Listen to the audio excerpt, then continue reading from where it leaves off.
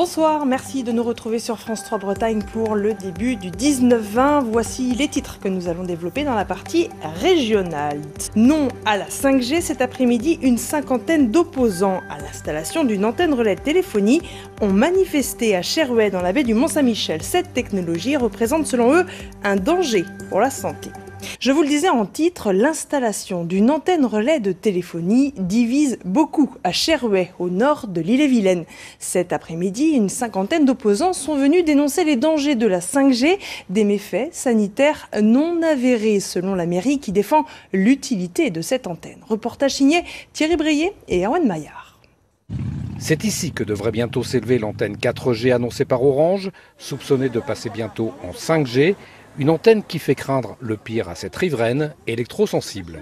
Je suis à moins de 450 mètres de l'antenne et si l'antenne est mise en service, moi ça va être l'enfer, ma vie tous les jours.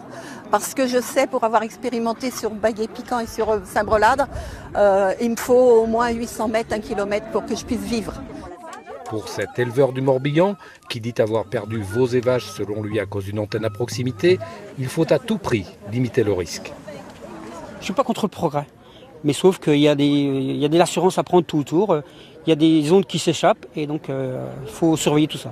Même combat pour Marcelin Daniel, le lanceur d'alerte estime le problème beaucoup plus large. On a suffisamment d'exemples pour dire que c'est un véritable danger. C'est un véritable danger au point de vue de tout, de la démocratie, de la vie humaine, de la santé des gens. Alors si ça ne suffit pas pour se poser des questions...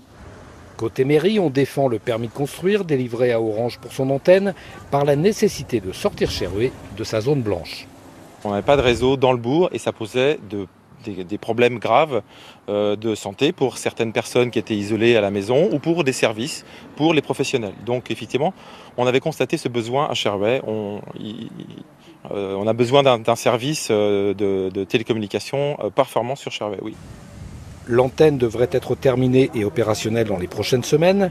Alors seulement on saura si ces inquiétudes d'aujourd'hui étaient justifiées.